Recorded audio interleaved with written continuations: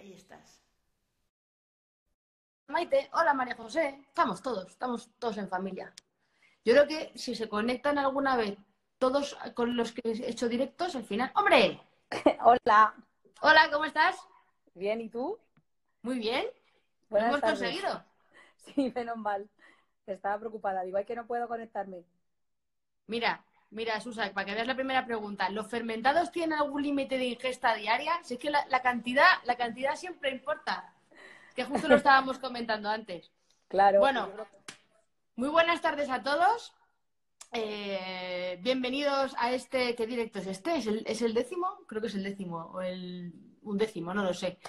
Con Susana Seseña Prieto, lo tengo que leer porque es que tengo la tendencia, cada vez que pienso en ti, me acuerdo de Susana Escudero, de la periodista. Ujú. Pero eres Susana Seseña y como encima tienes ese nombre que es Susasese, pues se me va. Muchas Así veces. que Susana Seseña Prieto, que es tecnóloga de los alimentos y profesora de la Universidad de Castilla-La Mancha en la Facultad de Ciencias Ambientales y Bioquímica de Toledo. Todo Eso es. eso largo. Y además experta en microbiología, en los bichitos pequeños, que es de lo que vamos a hablar hoy, de los fermentados. De los Y buenos. de los buenos. ¿Hay fermentados malos? No, hay bichitos malos. A ver, me dice aquí el técnico que si puedes bajar un poquito la cámara para que te veamos la barbilla completa. Así vemos menos techo, menos aire acondicionado. Ahí, perfecto. Fenomenal. Ahí, Así vemos tus mariposas al completo. eso. ¿Ahí Muy bien? bien. Yo lo veo muy bien. Eso es. Así estaban diciendo por ahí. Vale, ya se te ve perfecto. Bueno, Susana, cuéntanos por qué, lo primero, es importante que en la cuarentena de repente hablemos de esto. ¿Por qué puede ser importante hablar de esto? Bueno, yo creo que cualquier cosa que nos distraiga del problema, a ratos es muy importante. Entonces, te decía que no hay fermentados malos, que lo que hay es bichitos malos. Y como ahora Vale. solo hablamos del peor, pues vamos a hablar un poco de microorganismos positivos que nos fabrican alimentos que son deliciosos y que nos ayudan, pues eso, a entretener a la gente que está encerrada con niños, pues hacer pan es muy Ujú. divertido, o hacer yogur, que los niños vean ese proceso maravilloso que es la transformación de una materia prima como la leche en otra cosa totalmente diferente y parece como mágico, cuando Vale. no lo es. La cuestión es que además de que sean alimentos, o sea, tenemos la ventaja de que son alimentos que son muy ricos, que los podemos hacer en casa, en familia o solos o como nos apetezca, pero además tiene una ventaja para la cuarentena que es que pueden evitar que salgamos de casa más veces. Por ejemplo, el pan. También. Claro, podemos fabricarnos nuestro propio pan, con lo cual no hay que ir a comprarlo, o luego también aumentan muchísimo la vida útil. Pues una botella de leche abierta te puede durar 5 o 7 días en el frigorífico. Si estás solo y no te gusta tanto beber leche, pues puedes hacer yogur y sabes que el yogur te va a durar muchísimo más. Que es lo que Voy hablabas a, tú ahora de la pregunta de que la gente le preocupa, ¿cuánto duran los yogures? Pues los yogures duran muchísimo tiempo porque el pH de un yogur es un pH bastante ácido que hace que sea muy difícil que se estropee. Una cosa, además, de hecho, es que cambió la legislación y la fecha que viene cuando te los compras es de consumo preferente, no de caducidad. Ujú. Y por ley yo creo que están obligados a marcar 45 días desde que fabrican, que es un montonazo, 45 días. Digo yo que en 45 días habremos salido todos ya de aquí. Entonces, Esperemos. esperemos, pero aún así ellos hacen pruebas y han visto que incluso 2 meses después de esos 45 días el yogur sigue estando bien. ¿Tú O eres sea, que consciente, Susana, de lo que estás diciendo? ¿Tú estás lanzando a la gente a comer yogures caducados, entre caducados. comillas? No, no, no, cada uno que haga lo que considere. Yo no animo a nadie a hacer nada. Pero que un yogur que lleve 4 o 5 días, que no caducado, sino que haya pasado su fecha de consumo Eso es. preferente, va a ser totalmente seguro porque tiene un pH muy ácido y además se hace con leche pasteurizada a la que luego se le añade los microorganismos para hacer el yogur y entonces básicamente solo va a haber eso, está en el frigorífico. Entonces es un alimento muy, muy seguro. Vale, estoy mirando mientras hablas Ujú. en Google Trends, porque se me ha ocurrido una idea muy loca. ¿Habrán aumentado las búsquedas de yogurteras? Efectivamente, han Ahí aumentado va. las búsquedas de yogurteras. Lo hablábamos antes, que es complicado. Alguien te preguntaba por ahí cómo hacer yogur sin yogurtera. Y es que es complicado hacerlo en casa porque tienes que estar a 37 grados. Ujú. 8 horas o 6 horas, lo que tarde. O sea, los microorganismos crecen rápido, muy rápido, mucho más rápido que nosotros, pero aún así necesitan tiempo. Entonces no es instantáneo el proceso. Tú tienes que poner la leche, tienes que añadir los microorganismos que la van a fermentar y tienes que ponerlo a la temperatura para que esos microorganismos crezcan. Y esa temperatura está en torno a 37-39 grados. Entonces, si no tienes yogurtera, es complicado en casa, por mucho que lo pongas cerca del Calcular esa radiador. temperatura, ¿no? Claro, Controlar que esa temperatura esté constante. claro. ¿Cuántos grados has dicho? 40 grados, ¿no? Sí, en torno a 39, 38, 39 Vale. y más o menos 6 horas mínimo. 8 horas, depende de cuánto cultivo iniciador añadas. O sea, de la Mira, cucharita esta primera. hablan de la Thermomix ahí. Esa puede ser una buena idea, Claro, ¿no? La puede ser una Thermomix. buena opción. Eso sí, perfecto. En la Thermomix, si te deja tenerlo ahí a temperatura estable bastante tiempo, pues es una opción muy válida. Mira, en el radiador pone ahí alguien que lo hace. Mira, quiero detenerme en el saltito 8 que dice se explica bien. Aquí todo el mundo que viene se explica bien, pero ¿tú qué te has pensado? ¿Tú qué te has pensado? Se explica bien. Tienes que estar dando aquí en lo que vamos a explicar bien. En fin, a todo esto, que no lo hemos dicho antes de empezar. Bueno, voy a darte los datos que he encontrado sobre la yogurtera. Del 8 al 14 de marzo, las búsquedas estaban en 51, no sé bien lo que significa el interés a lo largo del tiempo, 51% creo que es, porque lo mide hasta el 100, y del 15 al 21 de marzo ha subido al 91, ¿vale? O sea, Fíjate. de 50 a 91 la yogurtera. Y la panificadora ha subido también del 50 al 75. Así que realmente A la gente le gusta está haciendo hacerse yogures sus y está haciendo alimentos. pan en Eso su es. casa. Y Vale, eso por un cerveza, lado. seguro. Y cerveza también. Bueno, también ha habido muchas preguntas de cerveza. Ahora vamos con eso. Y luego, antes de continuar, para terminar con la presentación, he subido unos stories justo antes de empezar, que sepáis que Susana fue la responsable de analizar la maravillosa hamburguesa peluda de Zapeando. Eso es. Esa hamburguesa que tuve dejamos pasar. Tuve el honor de recibir en Toledo a la peluda y procesarla adecuadamente. Eso es, muy bien. Bueno, pues dicho esto, vamos a empezar con las preguntas del guión que teníamos pensado. Cuéntanos cuáles son, porque todo el mundo estamos hablando del pan y del yogur, pero ¿qué más alimentos fermentados hay, además del yogur y el pan, que es lo que nos viene a todos a la cabeza? Pues a ver, el hombre a lo largo de la historia de la humanidad ha fermentado casi cualquier materia prima. Cualquier materia prima donde haya azúcares, carbohidratos, puede ser susceptible de ser fermentada. Que fermentada es simplemente ser transformada en otra cosa diferente, porque ahí crezcan microorganismos que catalicen esa transformación. Es decir, pues los azúcares pueden ser transformados en diferentes ácidos orgánicos o en alcohol, y entonces lo que tenemos al final va a ser diferente del origen. ¿Y eso en qué alimentos ocurre? Perdón. Pues tenemos desde productos lácteos como sería el yogur o sería el queso, tenemos cárnicos, los embutidos, tenemos en vegetales, que serían los encurtidos. En España se consumen muchísimos encurtidos. Tenemos masas de cereales, el más típico en España es el pan, pero en muchos países de África o de Sudamérica se hacen muchas masas con otros cereales que se fermentan y se consumen. Hay pescados fermentados. En España no somos mucho en nuestra cultura ni en nuestra gastronomía de comer fermentados de pescado, pero en Asia muchísimas pues mezclas de pescado que en una salsa se dejan fermentar. Entonces, y bueno, por supuesto la bebida fermentada sin destilar y los destilados. Todas las bebidas alcohólicas son fermentados. Explícanos qué pasa en el cacao también, que es curioso. Claro, eso el cacao, el té y el café en el proceso de transformación, o sea, no luego ya cuando hacemos la bebida, sino la transformación, el cacao, que es una semilla que está dentro del fruto del cacao, para poder llegar a transformarse hasta luego ya el polvo de cacao, hay una fermentación, donde hay unas transformaciones que tienen lugar para que esa semilla se salga de la pulpa que le rodea y aumente la temperatura, y entonces se muere el embrión y podamos extraer el cacao de esa semilla que está dentro del fruto.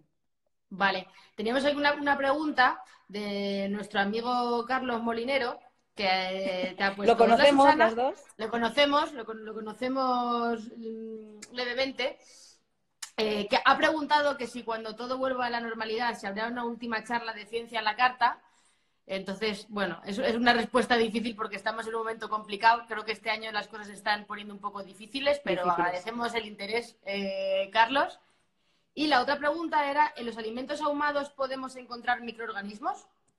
A ver, el ahumado tiene también la función, aparte de darle el sabor ahumado, que nos gusta en algunos alimentos que sepan así, el humo también tiene efecto conservante.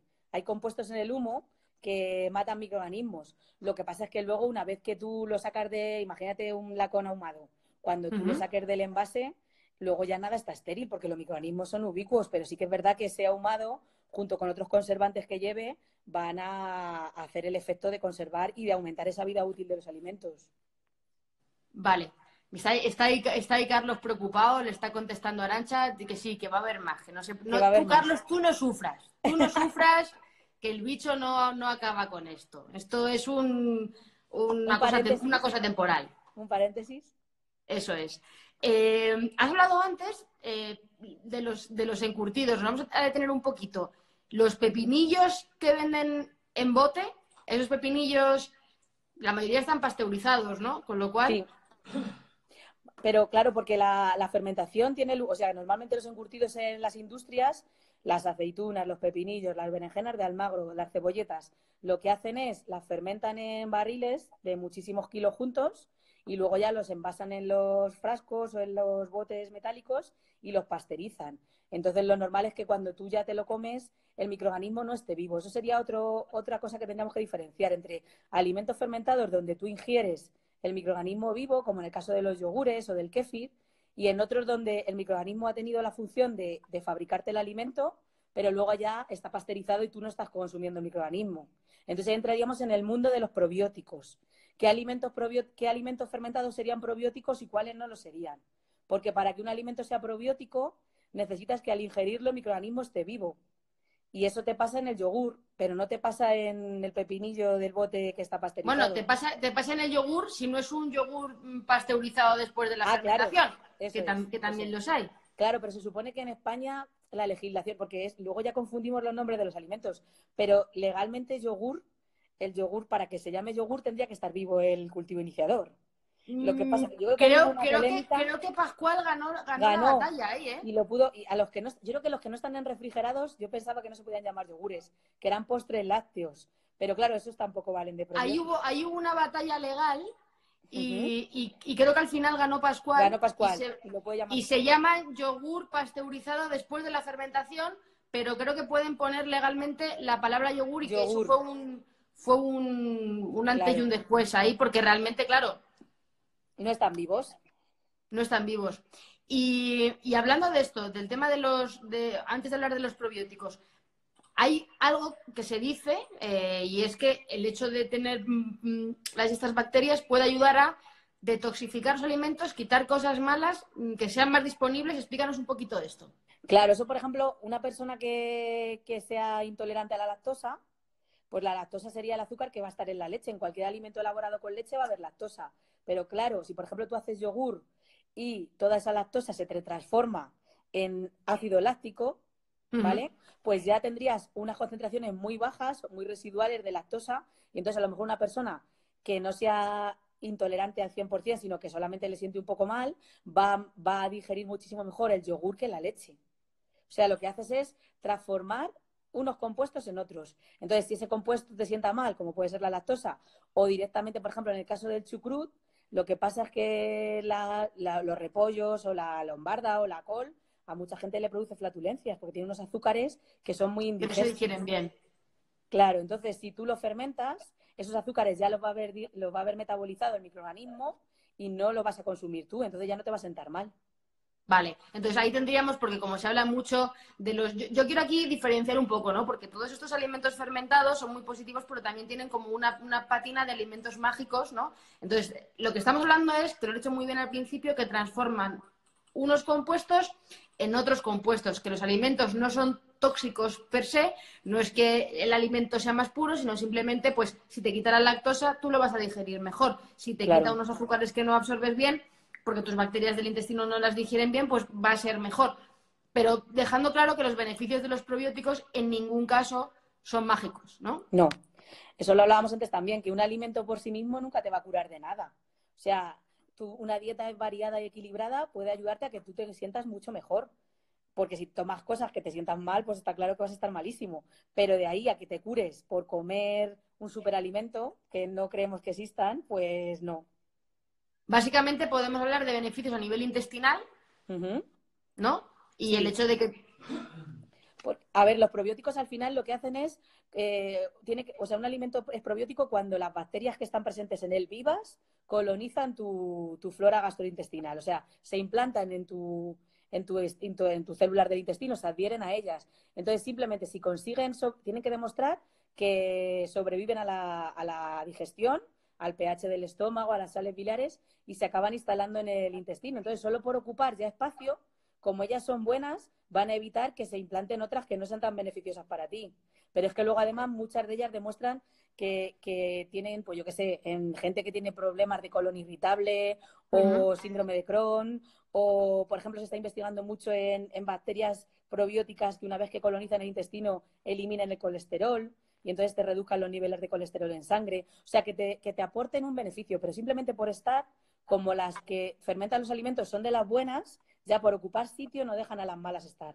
Y O sea, luego digamos además que estorban. Lo que hacen es estorbar a estorban los malos. a los malos, a los malos. Y luego siempre puede haber un plus de ese tipo, de que ayuden a que esté menos inflamado la pared del intestino, o a eliminar colesterol, o a mejorar tu sistema inmune.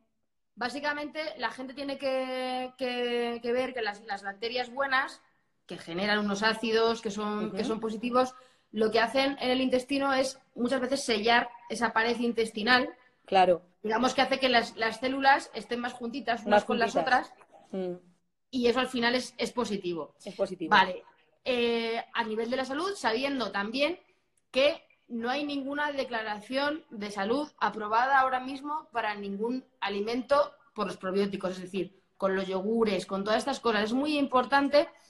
Habéis preguntado también por si hay yogures, los que vienen en envases verdes, los que antes se llamaban bio, que ahora no se pueden Ujú. llamar bio por la legislación, si son mejores o no son mejores, ¿no? Lo que tenemos que saber es que los yogures, cualquier yogur, Cualquier yogur ya es bueno. Eso es, que cualquier yogur va a haber, o sea, cualquier yogur que tú comas va a tener dos bacterias, una que se llama Cus thermophilus y Lactobacillus bulgaricus. Y esas dos bacterias, si consiguen, o sea, cuando tú consumes el yogur, si consiguen sobrevivir y se quedan a vivir en tu intestino, te van a provocar un efecto beneficioso. Pero luego también, yo creo que en esto de los alimentos tienes que comer lo que te guste.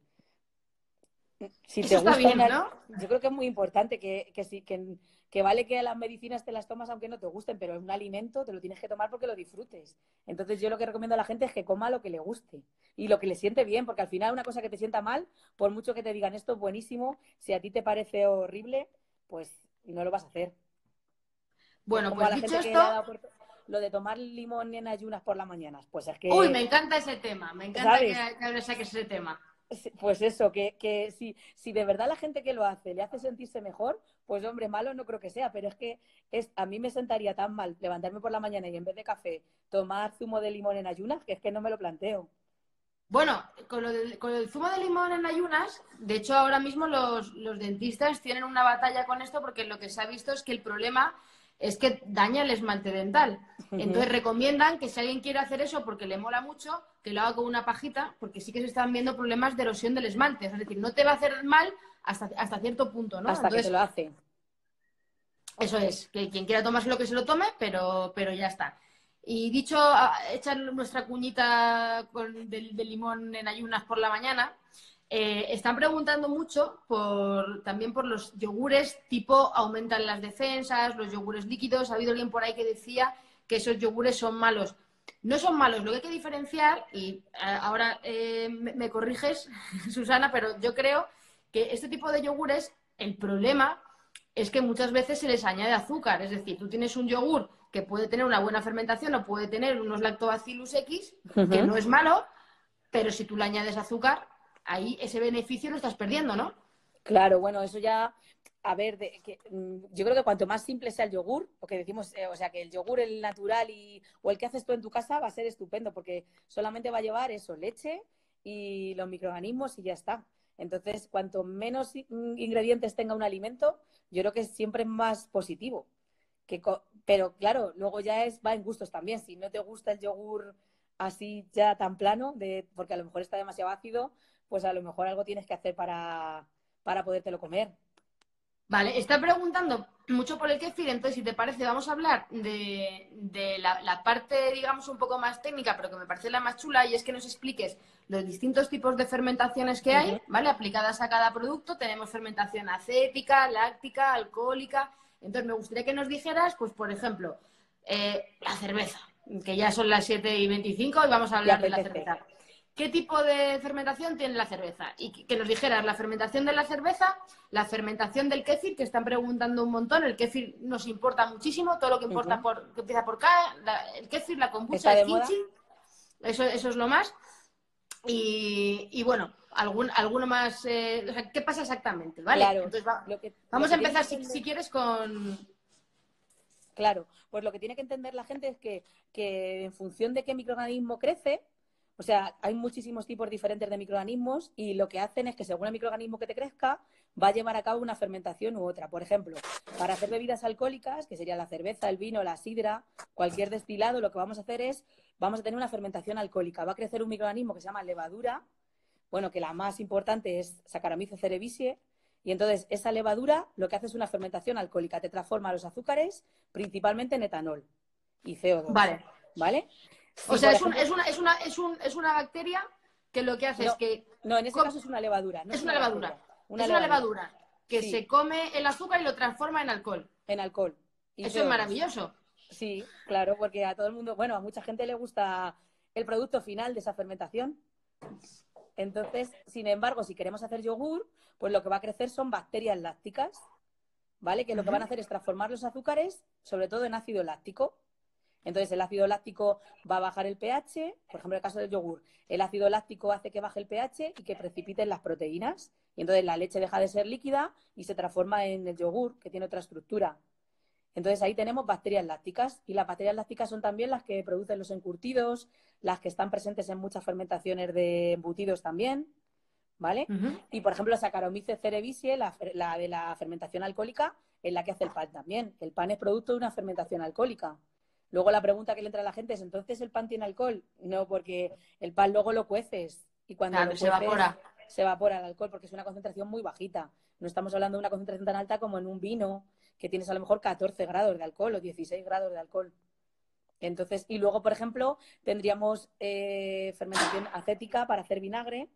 O sea, en el Ujú. caso del vinagre, pues depende de si haces el vinagre de sidra de manzana o haces el vinagre de vino. Lo que haces es, una vez que tienes el etanol, en este caso la bacteria acética transforma el etanol en ácido acético y ahí se produciría el vinagre. O sea que Vale. los diferentes microorganismos llevan a cabo diferentes transformaciones. Y, por ejemplo, Va- el caso del kéfir, que dices tú que es lo sí. que le interesa a muchísima gente, tendríamos, el kéfir es una mezcla de una fermentación láctica y una fermentación alcohólica. Porque realmente cuando te regalan la cosa esa para hacer kéfir, o sea, Los granulitos. la masa informe esta parecida a la coliflor, pues ahí hay una mezcla indeterminada de bacterias y de levadura juntas. Entonces se produce a la vez una fermentación láctica y alcohólica. Vale, eso es lo que ocurre en el kéfir. Y es lo que ocurre también en la kombucha. Sí, eso es. Igual, es una mezcla indeterminada, eso. Aquí tengo Ahí yo, tienes una mezcla indeterminada de microorganismos, entonces se producen muchas fermentaciones a la vez. Sobre y todo tan indeterminada, Susa, y indeterminada. tan indeterminada, porque esto lleva 2 años aquí. Explícanos un poco la diferencia entre el kéfir y el kéfir de agua. El kéfir de leche y el kéfir El de kéfir de agua. leche y de agua. A ver, los microorganismos para crecer necesitan azúcar. Entonces, o bien si lo haces con leche, el azúcar sería la lactosa que está en la leche, o bien si lo haces con agua tienes que añadir azúcar, porque solo con el agua los microorganismos no van a crecer. Entonces, lo que decías tú antes, que van a llevar azúcares añadidos. Si tú haces kéfir de agua, vas a tener que añadir azúcar al principio para que los microorganismos tengan algo que transformar. En el agua no hay nutrientes para que puedan crecer los microorganismos. En agua no En, crece, el, en agua sola no crece nada. en la kombucha, los discos que hay ahí que se llaman SCOBY, Ujú, SCOBY significa Symbiotic Colony of Bacteria and Yeast, levadura, ujú. ¿no? O sea, es Levaduras y como. bacterias. Eso es. En el kéfir es igual, también hay levaduras y bacterias. Eso es. En el kéfir es igual. Lo que pasa es que al final, como normalmente te lo regalan, casi nadie sabe exactamente la composición. Igual que el yogur industrial lleva esa mezcla de esos dos microorganismos, que son Lactobacillus bulgaricus y Streptococcus thermophilus, cuando a ti te regalan para hacer kéfir o kombucha, tú no sabes ahí qué microorganismos, qué nombre tienen los microorganismos que hay. Vale, a mí me gustaría ¿Vale? ahí que, como es algo, lo del kéfir y la kombucha que va de mano en mano, si nos puedes dar algún consejo para a la hora de, yo tengo los de kéfir, ¿cómo sé si están bien, si están mal, si hay algún signo de alerta? Ay, que te has quedado congelada. A ver si te recuperamos. Se ha perdido se ha perdido el audio. ¿Tú me oyes? No me oyes. Dale a finalizar y vuelves a entrar.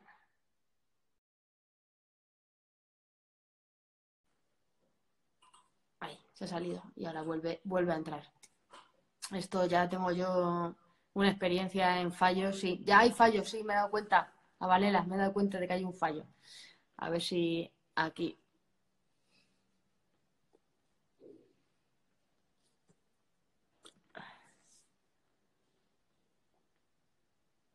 Ya la tenemos, ¿eh? Conectando. Ahí estás. Ya. Hola, que nos hemos quedado hablando de cómo sabes si se te ha contaminado el kéfir. Eso Yo es. creo que es muy importante, o sea, tienes que ser consciente de que no lo puedes abandonar. O sea, tú pones el kéfir a crecer con tu leche y entonces cada 2 días tienes que retirar la leche que ya está fermentada y poner leche nueva. Al final, lo que te va a indicar que se te ha estropeado, que se te está contaminando y que lo tienes que descartar, es que tú notes sabores o olores anómalos. Tú sabes cómo está el kéfir cuando lo estás haciendo bien, como si se te estropea cualquier otro alimento. ¿Vale? Pero yo creo que sí, que el kéfir es bastante seguro igual porque el pH es muy ácido. Entonces, si tú cada 2 o 3 días le cambias la leche, lo que pasa es que la gente suele contar que al final te cansas de consumir tanto kéfir. Entonces, mi recomendación es que si quieres hacer un parón, pues lo lavas bien los granos y lo congelas. Lo tienes en el congelador y cuando te vuelva a apetecer consumir de nuevo, descongelas y vuelves a ponerte a hacer kéfir. Ay, que te pierdo. Qué rabia. Son las 7:30. No sé si. Hola. No sé si habrá gente que se está conectando ahora a las 7:30 haciendo directos y mucha. ¿Me oyes? Pena, qué pena, penita, pena. Igual es que hay gente que justo ahora, a las 7:30, empiezan directos nuevos y estamos petados de horas. Puede ser que sea el relevo este. Mi yogur búlgaro no tiene granos. No sabía lo de congelar los granos, lo que se aprende con Susa. Yo tampoco lo sabía.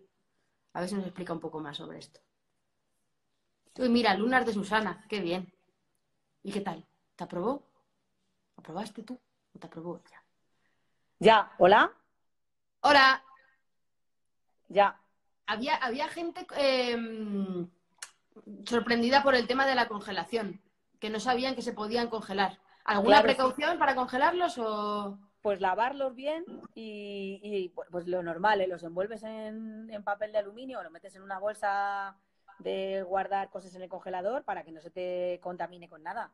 Y ya está. Y las dejas ahí. Y la verdad es que las bacterias y o sea, microorganismos en general son muy resistentes a la congelación. Cuando tú lo saques y lo vuelvas a poner otra vez en leche, te van a volver a crecer. Y es una Eso, forma de sigue, sigue. que es una forma de, pues, de parar cuando te aburres en un tiempo que se está consumiendo kéfir y ya dices, mira, me sale el kéfir ya por las orejas, pues puedes pararlo de esa manera. Congelas y luego más adelante, cuando te vuelva a apetecer consumir, pues vuelves a hacer. De hecho, Ay, es que qué nosotros en los pena. laboratorios los microorganismos los conservamos así, congelando. Ay, qué pena que se nos va el directo. Qué rabia. Vamos a tener que hacer los directos a las 5 de la Hola, mañana para estar sola. Hola, hola. ¿Me oyes? Te oímos, pero estás congelada. A ver si vuelve la imagen.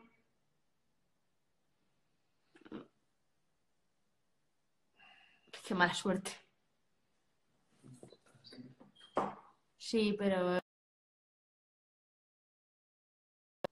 No te oímos.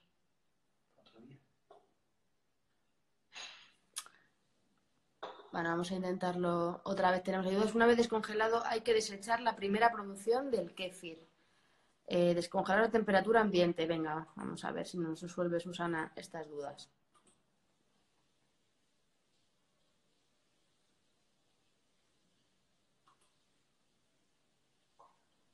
Hola. Hola. Bueno, a ver si lo conseguimos y si no, pues lo Venga. tendremos que dejar. Pero hay unas dudas ahí sobre si a la hora de descongelarlos Ujú. hay que tomar alguna precaución, hay que tirar lo primero que se hace. No, a ver, lo que te puede pasar es que la primera, a lo mejor tienes que hacer como una aclimatación, porque cuando, o sea, no te van a crecer tan rápido como cuando tú lo tienes en producción continua. Ujú. ¿Sabes? O sea, tú lo estás produciendo habitualmente en el frigorífico, pues te está creciendo como muy rápido a esa temperatura y te está haciendo el proceso muy rápido.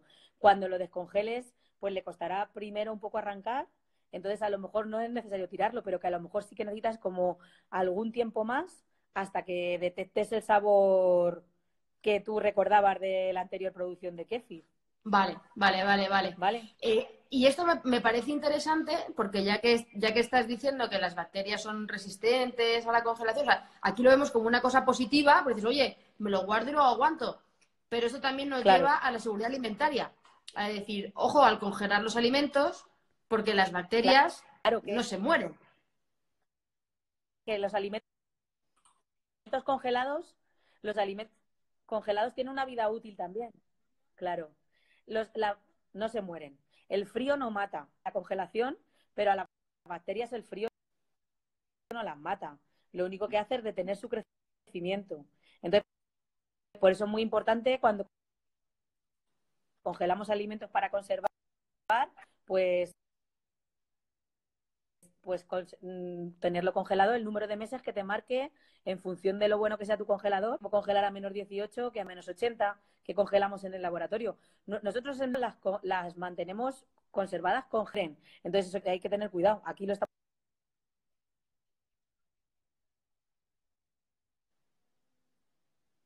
Ya te he vuelto a perder.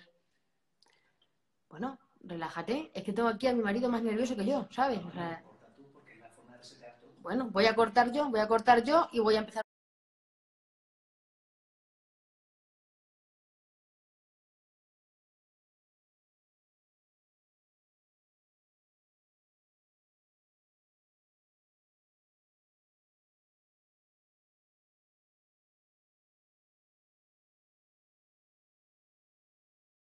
Madre de Dios. Llevaba eso cerrado ahí 2 años. Eh, Hola otra vez, ¿me oyes? Ya lo siento, Susana. Nada, problemas. Bueno, para los que os estéis conectando ahora, estamos hablando con Susana Seseño Prieto, que es tecnóloga de los alimentos, y estamos hablando de la fermentación. Y concretamente estábamos hablando del kéfir y de congelar los granos del kéfir y de que esto que es tan bueno porque nos permite mantener esos gránulos de kéfir en el congelador para volver a utilizarlos, es un arma de doble filo porque también significa que las bacterias no mueren en el congelador. Y por eso este verano tuvimos ese problema que todos recordaremos con la listeria, con la carne mechada, Ujú. y por eso se ha recomendado, bueno, ya era la recomendación, pero ahora nos la hemos tomado más en serio, y es que las embarazadas no tomen alimentos crudos o incluso Claro, congelados, porque si no están suficientemente congelados, porque la congelación no lo garantiza, no lo ¿vale? garantiza. Lo más seguro es cocinar. O sea, los Eso es. alimentos son seguros si los cocinamos muy bien, porque el calor sí que mata a las bacterias, a las buenas y a las malas. Háblanos, háblanos un poquito, y aunque nos salgamos un poco de tema, pero creo que es interesante, ¿qué pasa cuando tenemos un alimento congelado y lo descongelamos y Ujú. luego lo volvemos a congelar? ¿Qué pasa Pues con las eso, bacterias ahí? a ver, lo único que se podría hacer ahí es, si tú tienes una carne cruda, congelada, la descongelas, la cocinas y ahí sí que la podrías volver a congelar si quieres. Lo que no hay que hacer nunca es descongelar algo crudo o un alimento cocinado y sin que haya un proceso térmico entre medias, volverlo a congelar. Porque ahí lo que habrás hecho al descongelar es que proliferen esos microorganismos que no estaban muertos, que simplemente tenían su metabolito tenido, y entonces cuando lo congeles de nuevo va a tener un montón de carga microbiana más. Ujú. Entonces, lo que va a pasar es que, pues, en ese impasse puede haber se contamina con algún patógeno que va a estar luego creciendo en el congelador y que luego te puede sentar mal porque el alimento esté malo. O Y sea otra que cosa, nunca, sigue, sigue. mm, nunca descongelar y volver a congelar algo crudo si no lo cocinas entre medias. O sea, sí que podrías, Y, pues eso, si tú tienes carne y la cocinas y luego puedes congelar la carne cocinada, ahí sí. Inmediatamente después de cocinar, pues decir, no me quiero comer toda esta carne que he cocinado, voy a congelar una parte. Pero lo que no puedes hacer nunca es descongelar y en crudo volver a congelar. vale, ¿y cómo hay que descongelar para que no aumente tanto esos bichos criando? ¿Cuál es la mejor manera de descongelar, Susa? A ver, lo mejor es yo creo que en la misma forma que en el laboratorio. Si tú quieres que rápido sea el proceso, mejor. Pero claro, eso en cuanto a lo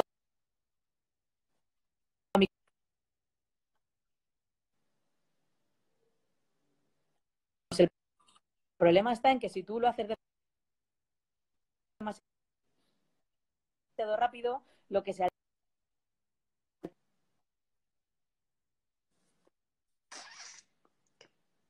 Pena, ¿verdad? Sí, no sé, se corta. es la textura. Tienes que llegar a una simbiosis entre cuánto tiempo, o sea, que no se prolifere muy rápido, pero si lo haces demasiado rápido, lo que sufre es la textura del alimento.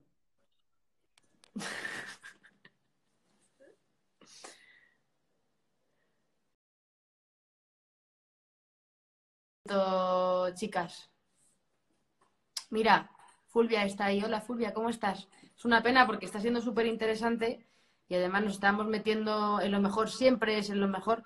Bueno, de lo que estábamos hablando, a ver, estábamos hablando, sí, se ha cortado lo más interesante, vamos a pedirle que lo repita, que lo repita. Si queréis, yo sé que os está interesando un montón esto, Susa, siento Hola. muchísimo esto que está sucediendo, pero te voy a pedir un favor, ¿vale? Ujú. Y es que, bueno, esto lo vamos a colgar, pero se va a cortar, pero vamos a hacer un pequeño resumen, si te parece, aunque sea un poco de curro, pero yo creo que merece la pena que hagamos un post o algo donde Vale. podamos recoger Ujú. estos conceptos, porque yo creo que es importante y no tenemos garantía que haciéndolo otro día pase, porque a mí me Vaya y lleva mejor. pasando esto varios días. Entonces, no sé Claro. cuál es la hora buena, hemos probado muchas horas. A la hora del café, sí, a lo mejor, es verdad que a lo mejor a las 3 o las 4 de la tarde, pues es mejor hora. Podemos probar a hacerlo antes, pero bueno, esos temas los podemos recoger. Antes de terminar, hay una cosa que creo que le interesa mucho a la gente también. Joder, ya te has ido antes de dejarte hablar. La verdad que soy la leche, me pongo aquí a hablar. Ay, ya lo siento. Pues los datos sí, puedo usar la duración de la... ¿Hola? ¿Hola? ¿Hola? Háblanos.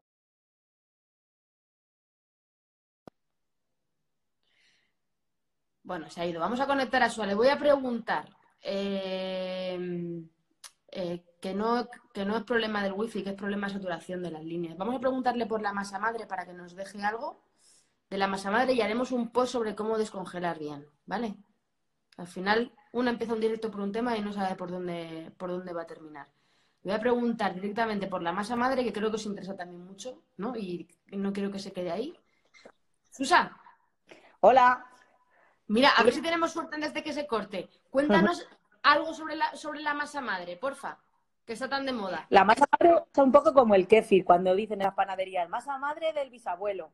Pues eso quiere decir que durante 100 años o de 120 años, desde que el bisabuelo empezara a hacer pan, han ido guardando un trozo de masa para hacer el pan del día siguiente. Entonces, esa levadura que está ahí en esa masa madre va a ser una mezcla de un montón de cepas diferentes de la levadura que solamente tiene esa panadería, ¿vale? O sea, como muy especial. Entonces, a diferencia de si tú haces pan en casa y te compras siempre una levadura comercial, pues vas a añadir siempre la misma cepa de levadura. Pero cuando los panes los hacen en panaderías tradicionales con masa madre, pues es una mezcla de un montón de cepas de levaduras que se han ido reproduciendo durante años y años, porque lo que hacen es guardar un poco de un día para otro.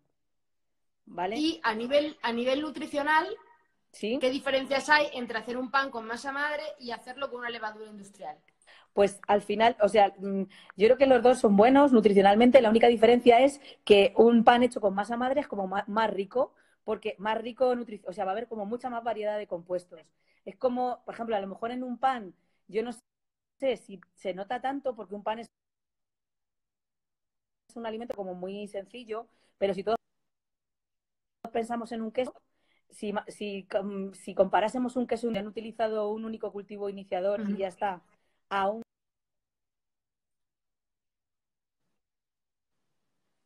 elaborado artesanalmente, donde tienes un montón de microorganismos diferentes, pues le da como Sí, te he mucha más oído, pero ya riqueza, te voy a muchas dejar de más oír porque notas ese de es el sabores proceso. Te diferentes. oigo y cuando ya te congelas te dejo de oír. ¿Me has oído? Ahora te veo. No. Bueno, pero bueno, por lo menos nos despedimos de Susa, que ha sido una campeona, porque la verdad que para hacer su primer directo la ha tenido que sufrir la pobre, se ha conectado 27 veces. Ay.